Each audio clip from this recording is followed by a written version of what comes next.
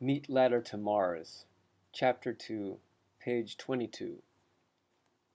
Evening brought a breeze off the ocean, and the brilliant red sunset permeated the smog until, saturated, it dispersed in purple and crimson scraps on a great yellow atmospheric puddle. Sosime didn't have the humor to go out to bushmeat, but she had to get something to eat. And if Gottman or Chesky were there, she could maybe set down the pig-shaped stone lodged in her right ventricle, which thudded against her soft heart tissues and restricted her lungs. Time and routine had weakened her show of propriety, and Gottman seemed approachable.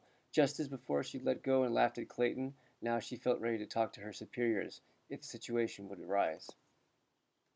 She took the bus to Agege, where a train from the north ended and didn't connect at all to the central Lagos station, and waited in the street, feeling charitable toward the surely lost North Dakotan.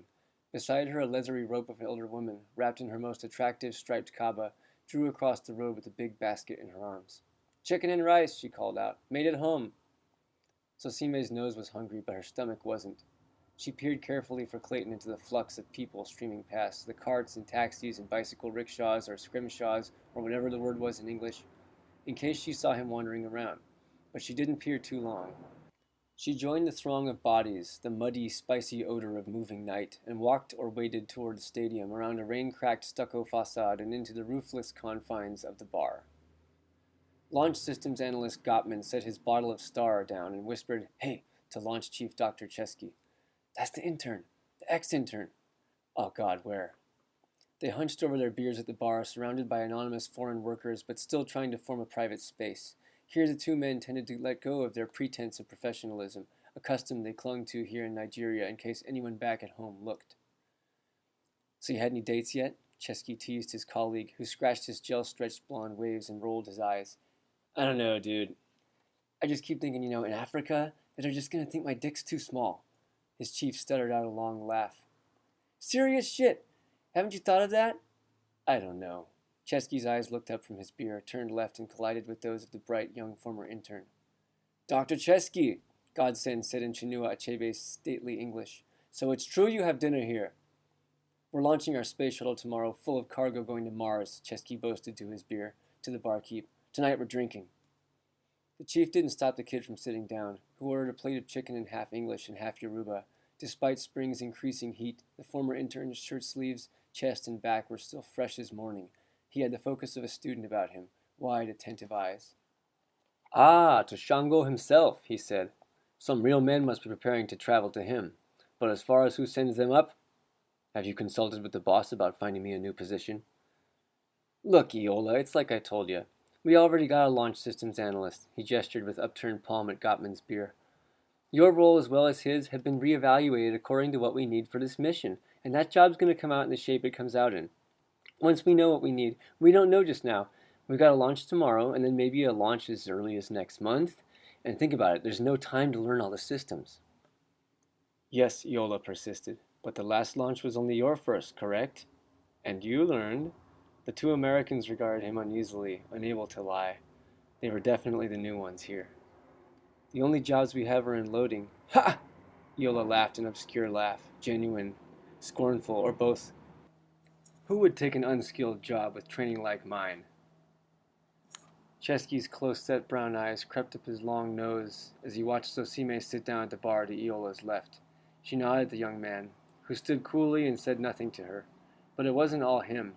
She recognized him at the last moment and would have said something to him any other time, or sat with him rather than with her bosses, if not for this gravitational field her bosses had.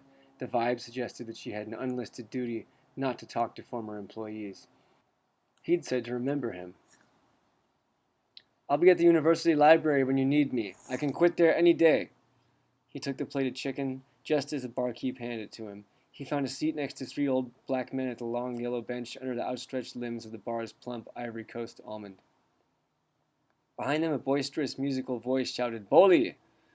For an instant, Chesky thought it must be Iola cursing him in his native African. He spun around to find Iola standing next to a stout, shaven-headed man wheeling a cart into the patio, and he was the one shouting, "Hot boli! Who's hungry?" Unnoticed by the other men at the benches, he approached Gottman and Chesky and repeated his solicitation. "No thanks," they said without looking at him. "No cash." "Not here," the lithe barkeep reproved him with a surprisingly sonorous basso voice. My kitchen's cooking here. The barbecue man threw a sneer out, but nodded respectfully at the barkeep and went on his way. Dr. Chesky didn't hear Iola ask the barbecue man if he knew who those two princes were at the bar.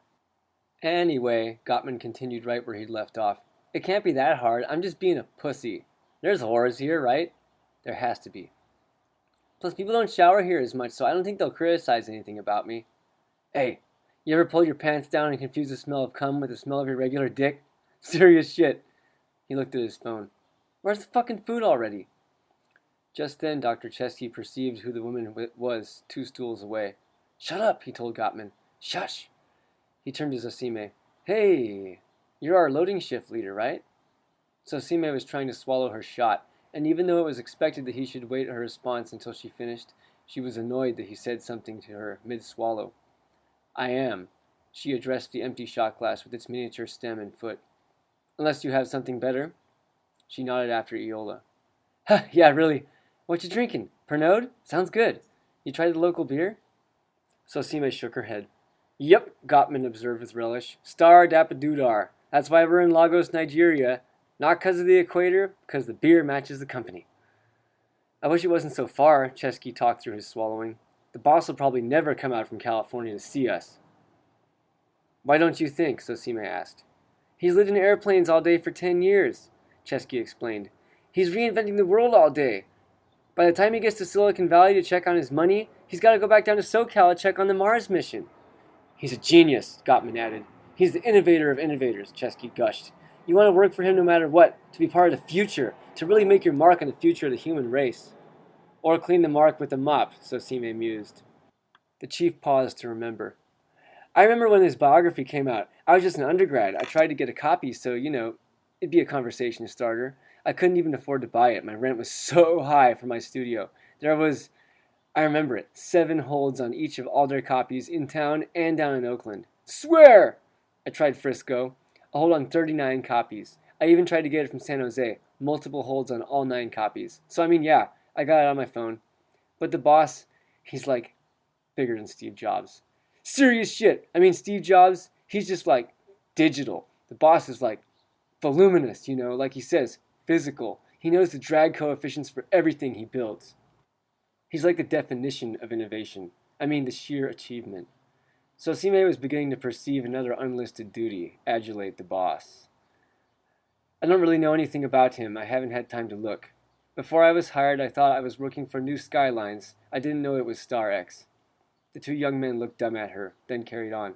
So we're going to make a lot of money off this job, Gottman suggested to her across his boss's chest. My advice to you is to work hard in the silo and get into real estate now while there's nothing holding our money down. Zosime's curiosity about fraternizing or sororizing with the chief began to wane. She wished she'd just followed the charming godsend. He probably knew as much about the silo's management as the chief. Chesky sneered at his analyst. You're really going to jump in and buy houses here? Come on, Chief. Remember the famous Airbnb class at Berkeley? I was in that fucking class. I already got people finding me property all over, right here in Africa. Fix some places up, flip them. It's the same everywhere.